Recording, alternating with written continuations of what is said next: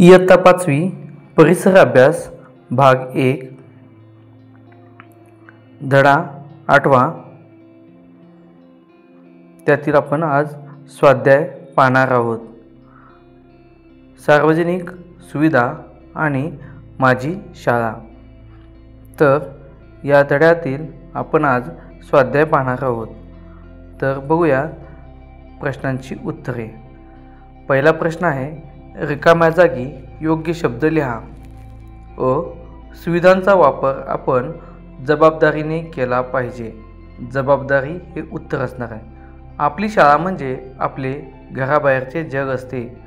याचं उत्तर असणार आहे जग.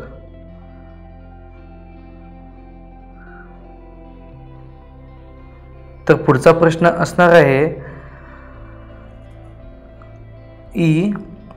शाळेच्या जडणघडणीत समाजाचा वाटा असतो.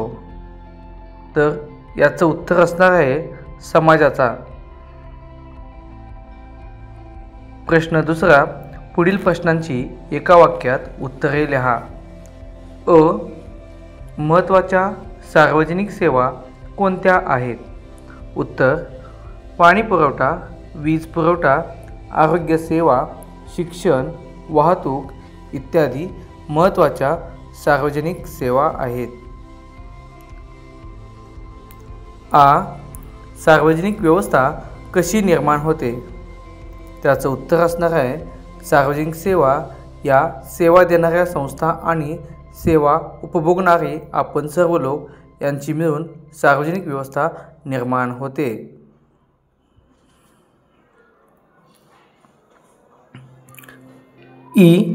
प्रत्येक मुलामुलींचा कोणता हक्क आहे? त्याचं उत्तर असणार आहे शाळेत जाऊन शिकणे हा प्रत्येक मुलामुलींचा हक्क आहे. प्रश्न 3, पुढील प्रश्नांची 2 ते 3 वाक्यात उत्तरे लिहा.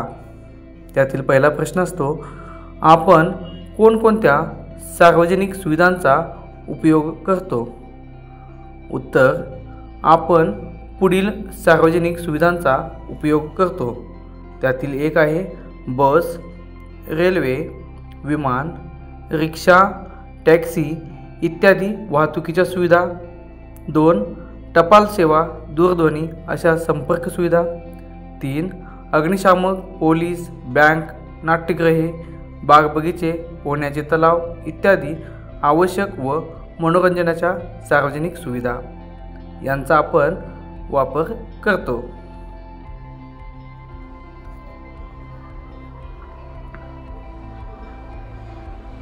प्रश्न शाळेत शिक्षक, पालक आणि माता पालक संघ का असावेत?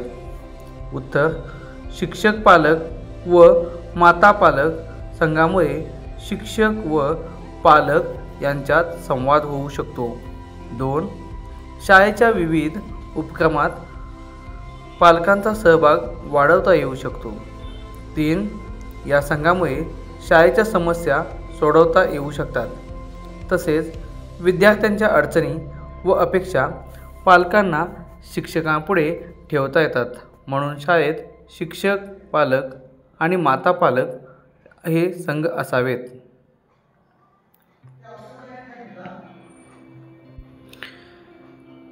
प्रश्न 4, काय होईल ते लिहा.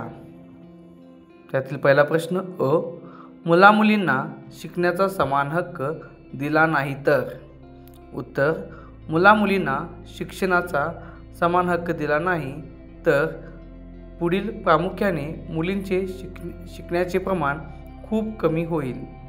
2, अल्पशिक्षित व निरक्षर महिलांचे प्रमाण वाढून त्यांची प्रगती खुंटेल. 3, समाजाचा समतोल विकास होणार नाही. प्रश्न समाजाने शाळेला मदत केली नाही तर? उत्तर, समाजाने शाळेला मदत केली नाही तर 1, शाळा विद्यार्थ्यांना आवश्यक त्या सुविधा देऊ शकणार नाही. 2, त्यामुळे विद्यार्थ्यांची प्रगती होणार नाही. आणि 3, शाळेच्या समस्या वाढत जातील.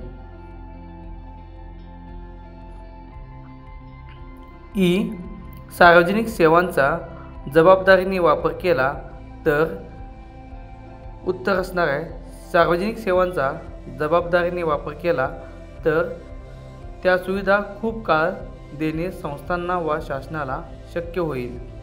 2. त्यांचा दर्जा चांगला राहील. आणि 3.